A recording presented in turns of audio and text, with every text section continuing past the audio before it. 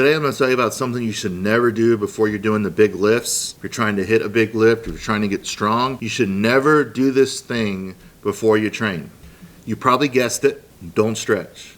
For those that don't know, my name is Brian Carroll. I live in Jacksonville, Florida.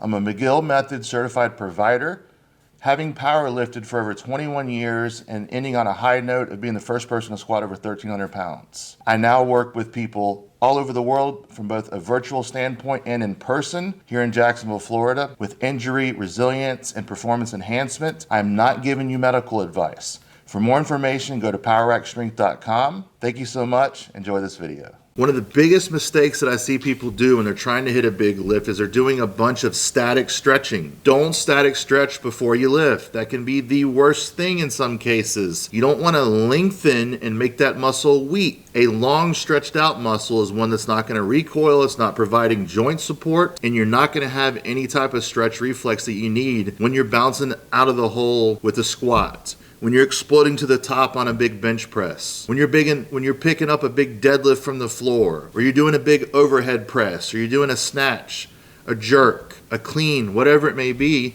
You want enough mobility, but not just random mobility. Don't stretch before a big lift. Prime your muscles by warming up appropriately, making sure you've broken a sweat. Stiffen the core, but mobilize the shoulders. Do a little bit of shoulder mobility. Some PNF stretching, which is proprioceptive neuromuscular facilitation, is a little bit of coaxing the muscle into moving as you're moving with the motion and opening up a little bit. Some of that can be great. Doing range of motion with the goblet squat, if you're priming for the squat, can be absolutely great to open up the hips. Sitting down into a squat can be great for some people, but if you're trying to be a big strength athlete, opening up those muscles, the adductors, the abductors, the glute muscles, the hip flexors, all these different muscles, your quads, your hamstrings, some cases your back muscles, you don't want to be loosening these muscles up. You want them tight and taut and springy.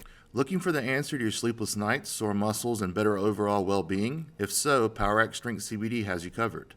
All of our products are made of CBD isolate and have 0% THC, meaning there are no worries of failing a drug test or the worry of feeling high. With PowerX Strength CBD, we offer a wide range of products and payment options to ensure you have the option that best fits your needs. Don't just take it from me. All of our reviews and client testimonials on our site speak for themselves. You can even get 20% off your order by using code YT1306 at checkout. Go to powerxstrengthcbd.com to order now so you can get back to sleeping, recovering, lifting, feeling, and being better. How do you get rid of that spring and make a strong, explosive athlete or lifter weak? Start doing static stretching with them. Start doing static stretching before they train. Do it after they train. Do it all the time. Make them pliable and soft, and watch your athlete not just get weak and slow, but break.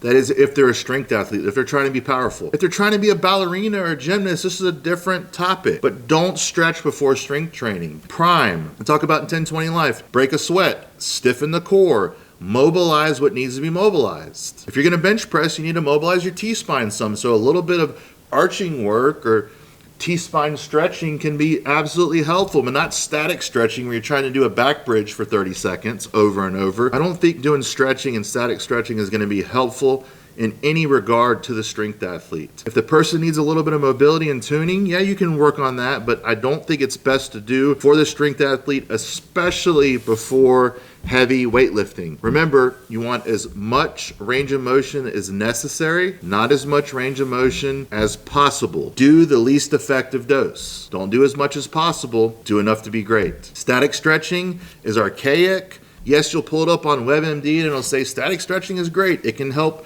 prevent injury. Actually, it can help lead to injury. People that stretch their hamstrings a lot, that are power lifters and strength athletes like strongmen, that actually puts more pressure on the low back when the hamstrings aren't tight. Any muscles surrounding a joint that get lengthened and loosened, the joint takes the brunt of the force. For instance, someone that has really tight quads and hamstrings generally have pretty good knees. I have really tight hamstrings and quads, tight hips. My knees are in great shape. Knock on wood, I've never had any knee problems. That's because my muscles actually protect my joint. Yes, I've tweaked muscles and pulled muscles and been on the wrong side of being too tight. and I needed to mobilize at times. That doesn't mean I was doing static stretching before I lifted. I would do specific mobility to help open things up. You might have some big lifters out there who do static stretching. That's fine. Some people can eat all the wrong things, do all the wrong things to still be the best in the world. Chances are you're not that type of an outlier. So yeah, I've seen John Hack's warm up. I see he does a little bit of foam rolling and a little bit of mobility, and then he's ready to lift. John Hack is not human.